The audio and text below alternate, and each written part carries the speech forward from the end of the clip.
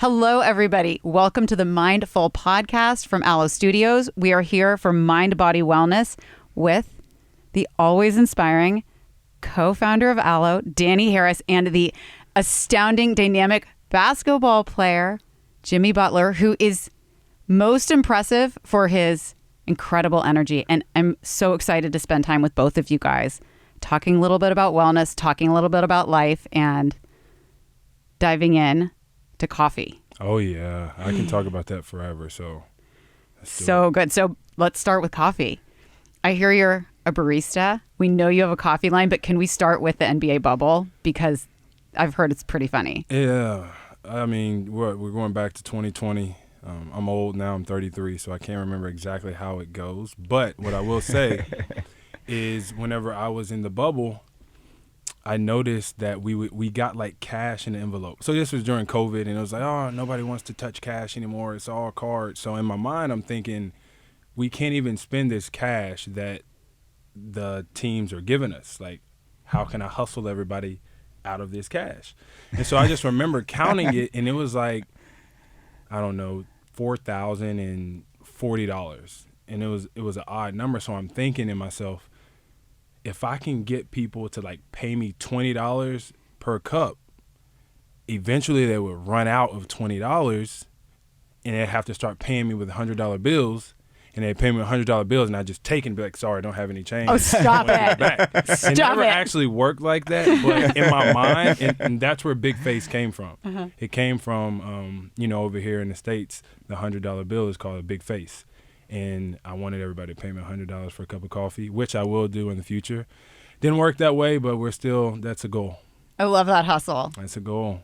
Were you into coffee before, or did it start with the game? I was, but I wasn't at the same time. I just remember I was in London, and I was in Knightsbridge, and in that territory, it's like Chelsea is the football club for everybody. And I'm in there, and I'm looking around, and then I see this old lady, and she was probably like 70, right? And she walks up to me, and she goes, "You're not from here, are you?" And I was like, now, what has given it away? A 6'8" African-American, for sure, not from here. But being around there, I knew how to, like, start a conversation and how to rile somebody up. So I was like, what's football club do you rep? And she was like, in this area, it's all about Chelsea, yada, yada, yada. So I was like, okay, I got her right where I want her. I was like, I'm a Man U guy. And then she was like, you can't be in here talking about Man U, yada, yada, yada. But then it got me to thinking of, we sat down and we talked about how much we actually had in common. We both were drinking almond milk in our cappuccinos. We both love football. We both have respect for so many different footballers. And I was like, there's so much that we have in common, and nobody's even worried about, what we don't have in common, what we don't like about one another. And that's what got me really into coffee, that you can sit down and have a conversation with just complete strangers, and before you know it, you have so much in common. You're not even focused about all the hate that's going on everywhere. Oh, that's beautiful. So you find community through coffee. And connection. Danny, we say the same thing about Alo and about being in wellness. Absolutely. Inspiring. And the thing that I loved that Jimmy was actually telling me earlier is that, aligning on our similarities opposed to on our differences, mm-hmm. and focusing on what we all have in common as being one species all together opposed to trying to separate ourselves. That it's oneness really cool. that oneness is really beautiful and so important. And I'd love to get back to wellness, and you have to keep your feet under you now that you are 33 years old. Don't remind me. And still an outrageously dynamic player. How do you show up totally ready to play? My mind is like always free. Like I'm so happy. I get to be around my kids all the time, my family, my friends, and I really, really, really love what I do. I do. And so whenever I go into it, I think that it's a blessing, and I think I have another opportunity to do one of the many things that I was put here to do, and that's to, be a high-level athlete. But then I love to work out, I love to lift weights, I love to compete, in anything. And I think that's what keeps my mind so fresh and just ready to go at all times, is because I know every single day I get a chance to like attack whatever it is in that day to the greatest of my ability. So I'm fortunate, super fortunate. You know, it's so cool. That is something that is like how children play. You just want to play and That's be in it. the game all day. And it's incredible that you have that energy. It actually is at 33. I thought it would like die down, but I think it's actually going the opposite direction. I really, really, really love what I get to do every single day. It's amazing. Do you have any wellness rituals? Do you eat a certain way? Do you breathe intentionally? Like, what do you do? Or do you just play? I just play, but I'm a creature of habit. Like, I want to wake up at the same time. I'll eat eggs and oatmeal at 9:30 and then go practice and have way too many cups of coffee, as people think. So like 10 cups throughout the day, and I'm ready to go. Well, when you taste your coffee, I understand why you have 10 cups of coffee a day. No, it's legit. It's the best. Okay. Yeah, it's the best. It's really, really impressive. So what is your big picture vision for Big Face? Oh, I mean, I adore coffee on all levels. I want to win a championship first and foremost. But then, like, soon after that, I want to open quite a few cafes. And I want to be in those cafes working. Like, I watch all the YouTube. You actually do learn a lot from Instagram nowadays. So I'm watching all these baristas do all different types of art and steaming the milk the right way and weighing the coffee and pulling the right amount of espresso from it. I want to do that. I definitely want to open my own coffee shops and be in there. But more than anything, I want to help the coffee farmers in Colombia, in Ethiopia, in Guatemala, everywhere, because whenever I got the opportunity to go there this past summer, I noticed how, I don't want to say inefficient it was, but like they need help. They need help, and they need individuals like myself to see it firsthand, because people don't understand what really goes into making a cup of coffee. And there's just people over there that need help. They're selling their coffee to help pay for whatever it may be. And those are the people that I want to buy coffee from. How can I help you with my coffee brand? And, you know, if you want to sell coffee for $1, I want to help you. So I want to buy your coffee for $3. Like, that's the way that we do it at Big Face. It's not about a monetary value. It's about how much we can help and see that, like, we really are in the field. Like, we're there. We're not just talking about this, and we don't do it for show. We really do want to help. Would you tell us about, you purchased some coffee farms recently. Mm-hmm. How did you decide or choose which coffee farms to choose? And I don't ever like say names, but there was just an incredible story on why they were selling their coffee beans. And when we heard the story, we were like, that's what we're with. That's what we're behind. We want to help you. And I always think that, like, the best coffee is so, like, relative. Like, you like what you like. I like what I like. Danny, you like what you like. But to me, the best coffee is always going to come from, like, the best story.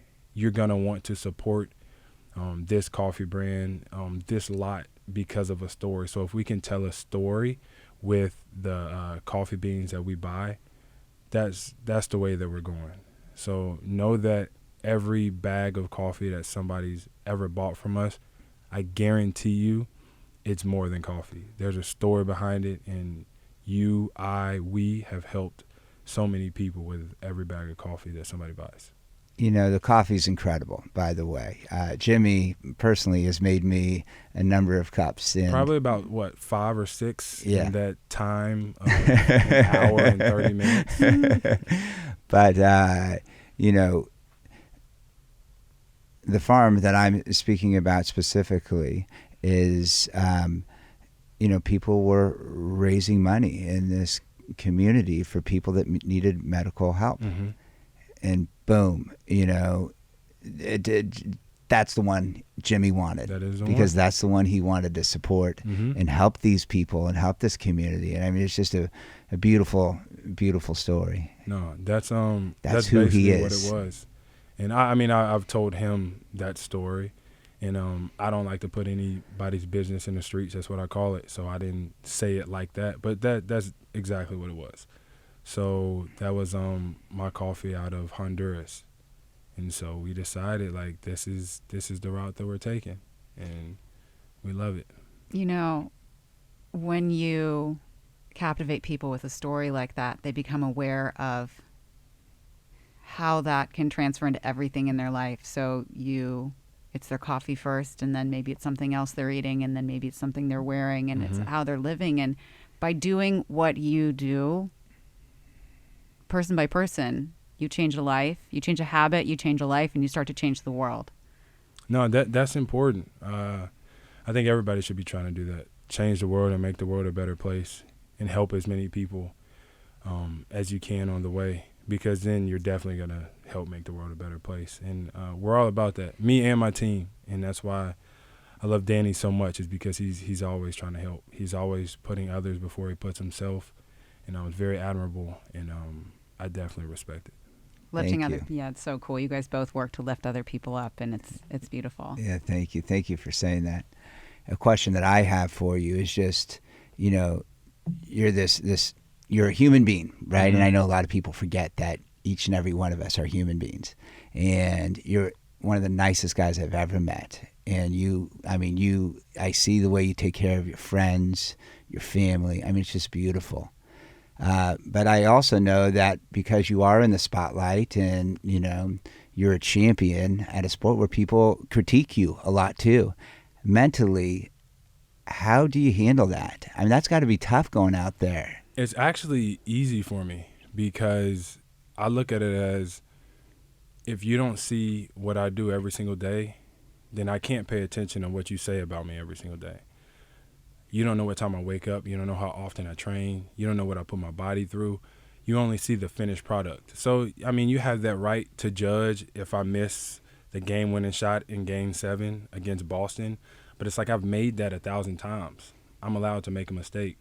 And I think that's what the world gets, like, kind of confused about, is, like, we're human like everybody else. We make mistakes. I have bad hair days. Right now my bun's pretty tight, so this isn't one of those days. But that's what I focus on. Like, I really don't pay attention to that outside noise, because my circle's so small, and they're gonna tell me the truth at all times. When I'm not being myself, those are the individuals that I listen to more than anything. So I don't really pay attention to it. I know who I am. I know how different I am, and that's okay. And I'm accepted by mine. But that's really incredible. I mean, we, at Alo really believe in amplifying exactly what you just said, and then taking all of that outside noise and just pushing it away as you naturally do. And I think that's what it takes to be a champion like yourself. I think it's hard. I definitely think it's hard. I used to listen. I used to pay attention to what everybody said, and I used to try to appeal to everybody and try to make everybody else happy. And then sooner or later I was like, you can't do that. Somebody's not gonna like me just because my name starts with the letter J. That's just the way that the world works. Right. But for me, I'm just like, man, I'm loved by so many. I'm appreciated and wanted by so many that, like, my heart is pure, my mind is, like, I'm, like, incredibly happy right now. I mean, obviously I get to sit here and talk to some incredible people, but, like, I think my life is good. Yeah, it is good. I think you do a beautiful job of projecting that in, like, your Instagram, and when people get to have access to you off the court.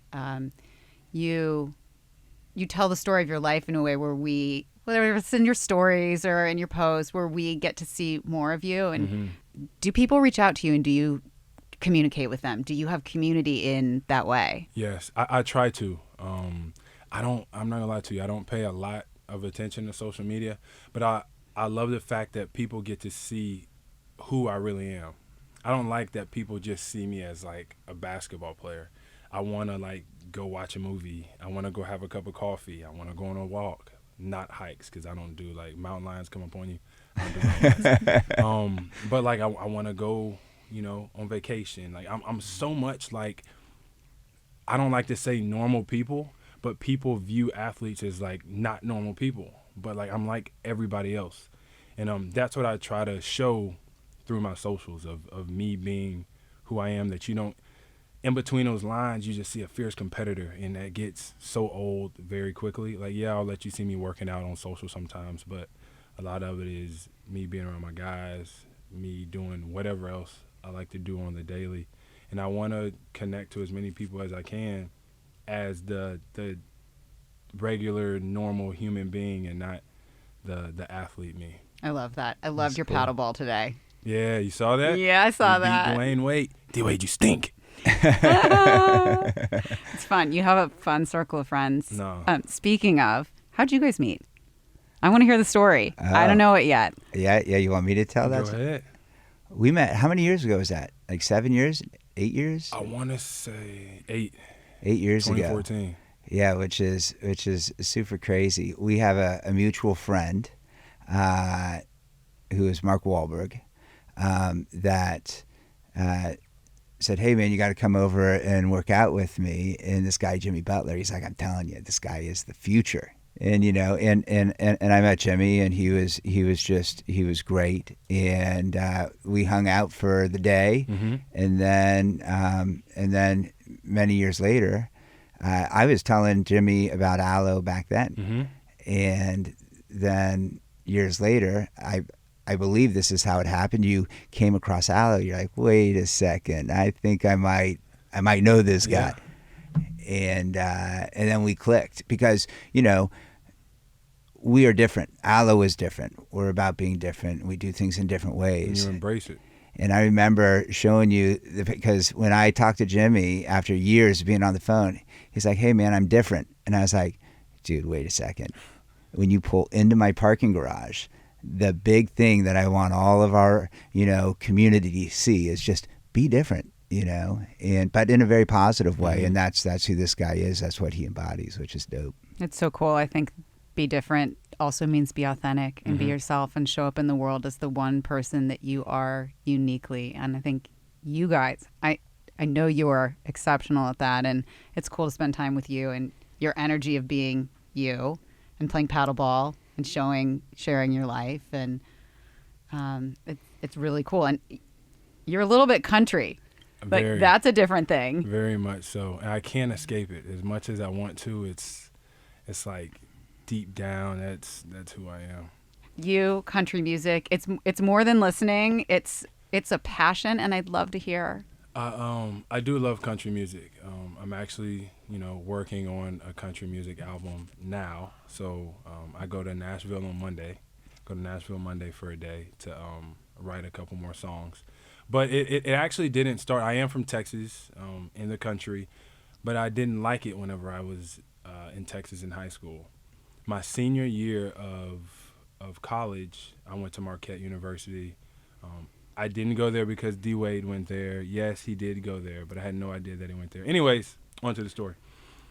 Before the game, everybody was listening to those, like the Beats by Dre. At that point in time, they weren't wireless. They had that thick cord, and they were just, like, obnoxiously loud. And they wouldn't put them on their ear. They would, like, put them right here, and you could hear it. So it was, like, Lil Wayne coming from one of my teammates, Young Jeezy, Wiz Khalifa. And so I was like, why don't y'all turn that down? Like, what's the point of having on headphones if you're not going to have them on your head? And they were like, no, don't worry about it, man. Worry about what's coming out of your headphones. So I said, okay. We win the game. After the game, I go home and I Google what's the most country song there is. And it was like 3 popped up, but the one that I saw first was Tim McGraw, Don't Take the Girl. And so I download it, and I go into the next game, and I have my headphones like that, and that's what I'm blaring. And they were like, yo, no, you can't listen to that. Turn it down. And I said, no. You listen to what's in your headphones. I'm going to listen to what's in mine. And then I actually started to listen to the lyrics in the song, and I was like, wow. You liked it. Poor guy. And then it just took off, and now I'm a huge fan. That's incredible. That's when it started. True story, yeah. Wow, man. Senior year at Marquette. That's wild. And you were, a cool part of that story is that you were playing your friends and you found this really neat thing in your life. Yeah. But do you always play everyone around you? Or are you always in the game? Yeah, always. Yeah. Always. I want to compete in everything. And you know, a lot of the people that I'm around, we're so much alike. And it's like they listen to country music, they compete at everything.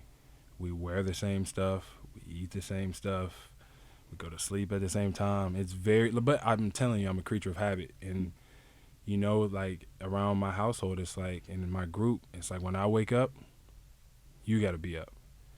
I think my daughter wakes up before anybody, so she kind of like wakes everybody else up, and then we all have to follow suit. So everybody's, one and the same around here.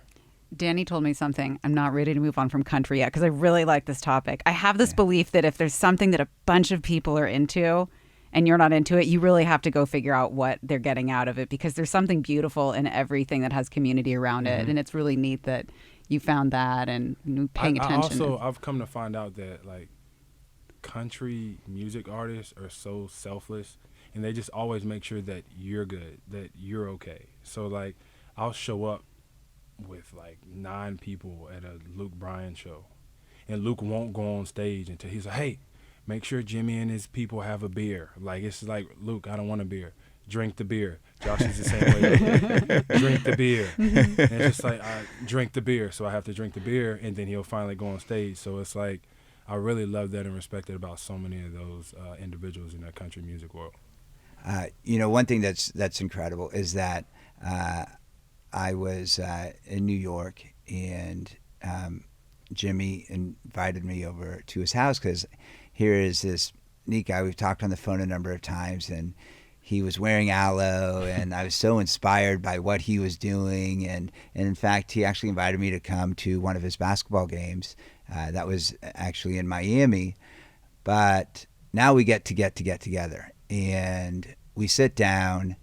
And I said, Jimmy, I think there's really something neat we can do together. I think you inspire so many, and so many of your values are in line with Alo's values. And he says, Danny, I'm in under one condition. And I said, okay, what? He's like, as long as we help these kids in Africa.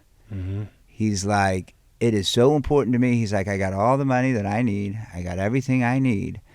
But I've been going to Africa, and I've been doing a lot there, and I need people to help support, and help these children have a better quality of life. Whatever we can do, we just got to do it together. And if you're in on that with me, Amen. Then I'm in with you. Amen. And no one's ever, they're always so interested about what's in it for me, and he's like, this has nothing to do with me. Mm-hmm. What can we do to help these kids? I mean that. The more I get the opportunity to travel there, I see life for what it really is. I think over here, we get so lost, and we start comparing, and then I don't have this, I don't have that, I don't have that. But then whenever you go to Africa, you realize they're so happy with what they have. They don't even realize what they don't have. They're so grateful to see them playing football, and they're kicking a bottle. And if you're left-footed, you get the left shoe. If you're right-footed, you get the right shoe. And then whenever, all right, I've kicked it a couple of times, you pass it to the kid to your left or right. And to me, that's like, I could never, imagine being in that situation. Or you see a kid walking down the street with their mother, and the mother's carrying food and water and clothes, and they got 2 kids. You got a 3-year-old, and then you have a 6-month-year-old, and the 3-year-old is carrying the 6-month-year-old, and you're thinking like, come on, And I was telling him, my daughter doesn't like to take 5 steps to get inside the stroller for me to push her. Like, so she's definitely not gonna walk. And I was like, man, like, you talk about like realness, like that's real, that's life. And for that 3-year-old to just understand what's going on in her world, and she's just so happy to do it, I was like, this is who I want to help. These are the people I want to be around a lot, and I get the opportunity to do that. And if Danny is with me on that, I can't wait. I'm with you. we're all with you. Come Really, on. it's really powerful. I appreciate that. In that, that just speaks a lot about who you are. Using your influence to benefit, hopefully millions. And that's really incredible. And I have some great ideas on how we can do that and actualize it and make it bigger and better and all sorts of stuff. So I'm real excited, and I'm sure everybody listening will see some of the stuff we do over this next year, but I think it'll be really impactful. Oh, yeah. Oh, yeah. Guys, I can't wait. Yeah. I want in. Oh, yeah. Well, you're in. You'll be leading it. How has being around the families and the kids in Africa changed your parenting? What do you think about being a dad now after you've seen that lifestyle? I mean, it's hard. If you meet my daughter Riley, it's she's a special type of kid. She runs the house. Oh my gosh. Really, she runs the house. It's bad. It's very bad. But I think I'm so much more understanding after being in Africa for so long. And I got like Remy Njai, who is with the Heat, really good friend of mine. I get the opportunity to go to Senegal with him all the time. Paul Pogba, went to Guinea with him this past summer. And the more that I see these kids, the more that I want my daughter to realize I know what we have, but that doesn't mean that like you can't do stuff for yourself and be efficient and work hard and all of these other things. So that's what I try to instill in her every single day. Yeah, she's 3, so she doesn't fully understand it, but I know she'll understand it whenever that time comes for her. So my parenting is the same. I'm gonna make you work. Nothing is given to you, and I'm gonna love you more and more each and every day because I'm so blessed to have Riley as my daughter. It's so good. Sounds like she's got a little fire. Yeah, a lot, not a little, a lot, A lot of fire. When I came to Jimmy's house the first time, she called me out and just said, "Who are you?" And I said, "Oh, I wasn't quite sure what she said." And she said, "No." I said, "Who are you?" And I said, "Oh, I'm Danny Harris." Yeah. Okay. And then she probably said, "Oh, I'm Riley. I'm Riley." She's so cute. No. And she's 3, by the way. She's got a lot of words inside that are coming out. Oh, yeah. She knows a lot of words, does she? She knows all the ones that she's not supposed to know. Oh, no. And that's probably because her father competes at everything. And when I lose, I say all the words I shouldn't say. She can't wait. I swear, I think she stands, like when she realizes we're competing, she's like, oh my God, Daddy's going to say a word and I know I'm not supposed to say it. So as soon as he says it, I'm going to mimic it perfectly. Never fails. I lose at something or I mess up and it just comes right out. And I'm like, oh my gosh, I know she's going to repeat it on cue. There it goes. And then I'm blamed, but then again, can't be blamed. Smart girl. Yeah. She knows how to get away with it.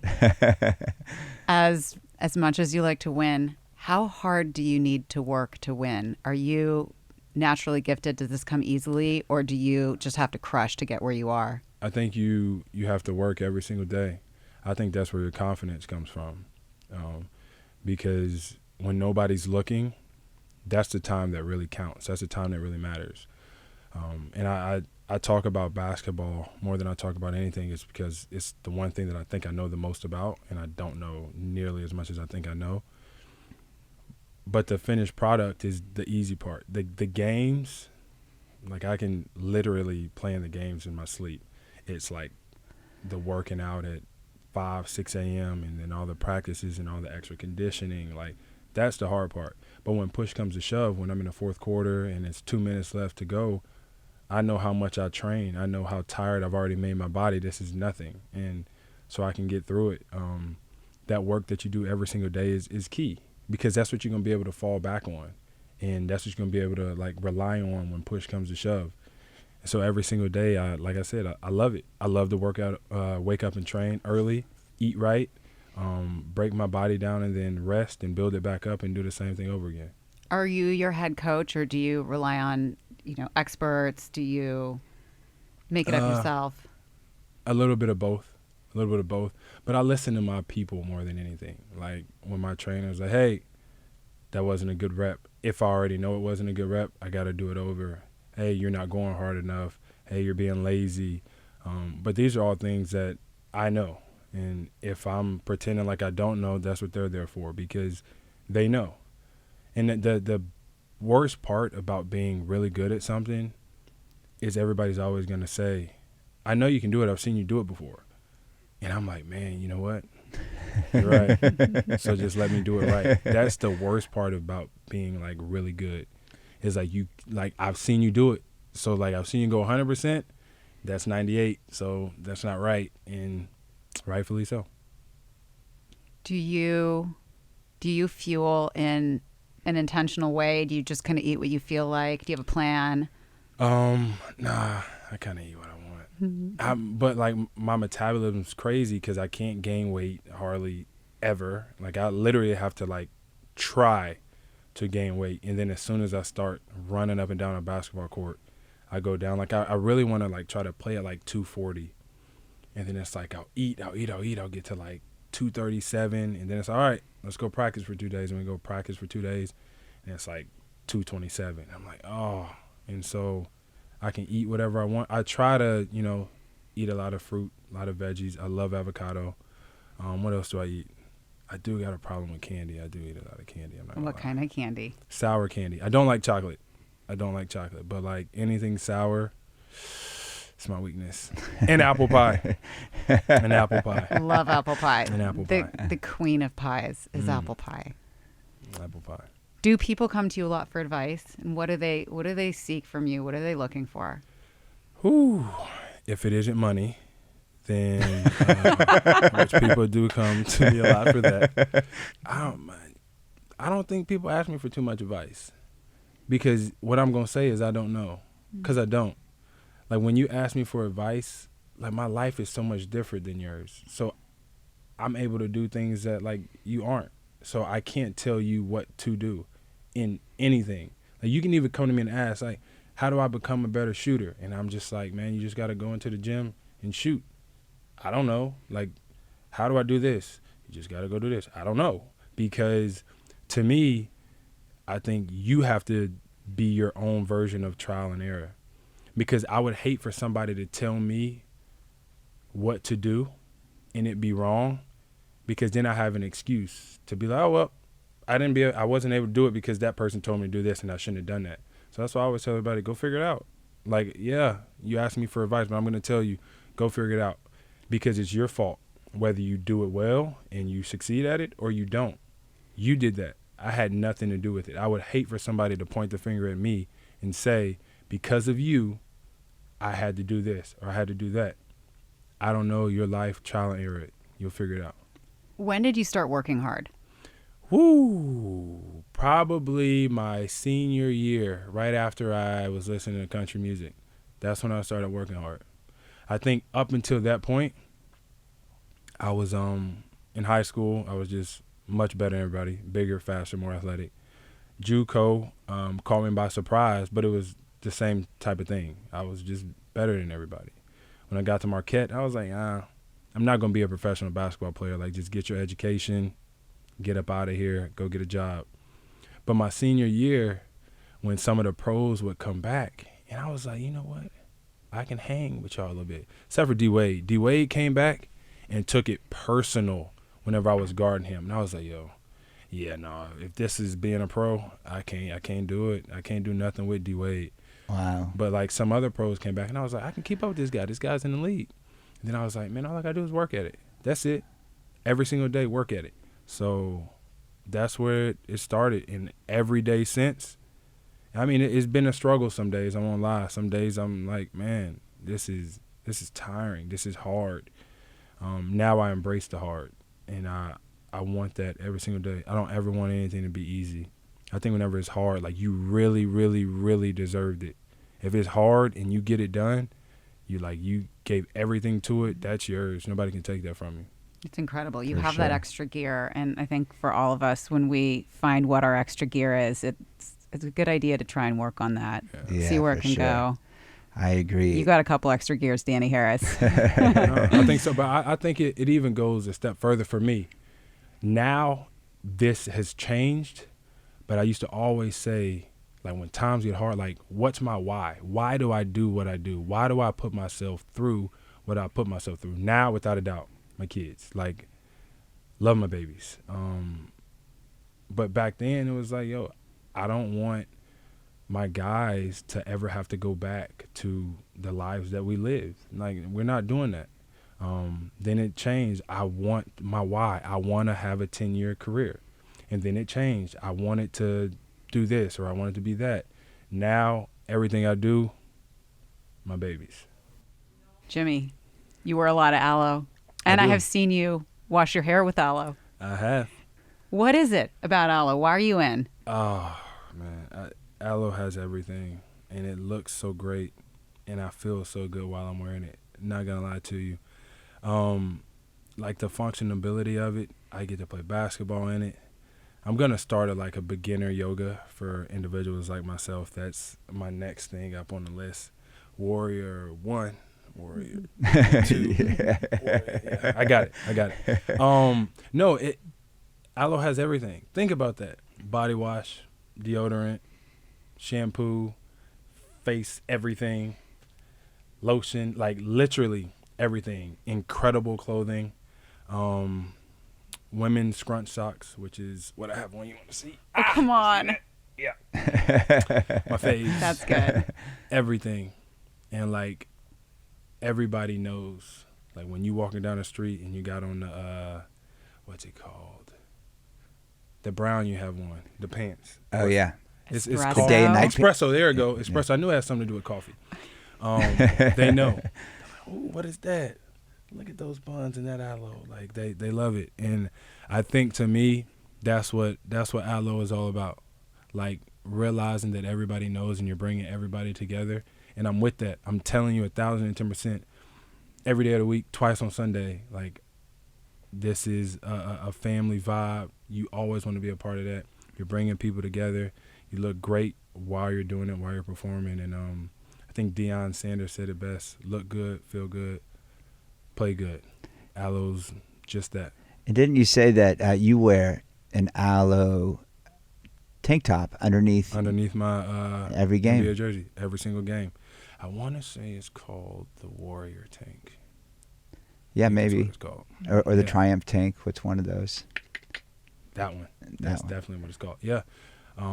Black whenever we're wearing a black jersey. White whenever we're wearing a white jersey. If I wear black under white, I'm probably going to get fined. Don't care. Because I'm going to wear aloe. So be on the lookout for aloe headbands everywhere. Aloe. Warrior are the tight things that I wear underneath my jersey as well. So. Oh, no kidding. That's dope. I'm aloed out, baby. I love it. We love you, man. Appreciate Thank you for inspiring, our community, so many of us, me, and just your overall, when Jimmy says, I got you, believe me, he's got you. Yeah, it's really special. Really special. Thank you. Thank you. You're amazing. Before we log off, I just want to say that William Harris is the best pickleball player I've ever seen. Now, Scott, I can't vouch for you because I've never seen you play, but he did say that you were really good, but I'm just going by what I've seen. Can't nobody deal with William. Jimmy, actually, he won 17 games. Was it your first time playing pickleball? It was, but by we, he really means William. 17 games. I told him, I texted him afterwards. I was like, look, I'm not impressed easily. I've seen a lot of shit in my day. But if you attack everything in life, like he was attacking that ball, and I was like, man, the world is at your fucking mercy. Because I'm telling you, even my guys, like I'm not woo. Like, and I don't. When I'm a competitor, I'm a competitor. And I had to tell him, like, stop apologizing for trying to win and trying to be the best. Like, if you can get to a ball means get to that ball and win. So it was, I don't know, I was very, very inspired with how he was approaching pickleball, that I need to get on his level. So I need some time. Yeah, it was dope. It was really, really good fun. And it was so much fun just to see such an extraordinary, professional athlete get out there and play a sport that he's never played before and then dominate and win 17 games. It's He's pretty- saying dominate, but it was literally all William. Literally. Literally. And he was like, you know what? Don't even worry about it. We're going to score 6 straight. And I was like, y'all have to stop with this we. This we, I have nothing to do with it. He literally scored, it was 5-0. No, it was 6-0. And he literally scored 8 straight points. No Don't way. even worry about it. We got this. We got this. I'm And like, they what? did. And they did. Everyone was very impressed. It is. I have been in that pickleball kitchen, and it is hot in that kitchen at your house for sure. That is a big deal. Yeah, That's for good. sure. Yeah, Alyson is a G herself. She was such an extraordinary athlete that she played D1 men's water polo. What's up with this water polo kick? Wait, what else you got with water polo? No, we just met Noah, and Noah is like a expert at water polo, and he sized me up and was like, I would take you. He actually didn't say that. But if he was to say that, I would be like, you're probably right, because I can't swim. So I think water polo is a very intense sport as well, so respect to you for being able to do that. But Thank you. we play basketball. You have no shot. No shot. I can't jump. I can't dribble. I can't any of it. So I find doubt it so that. I doubt impressive. that. I find it so impressive. Thank you, Jimmy. No, thank y'all. you. Thank you so much, man.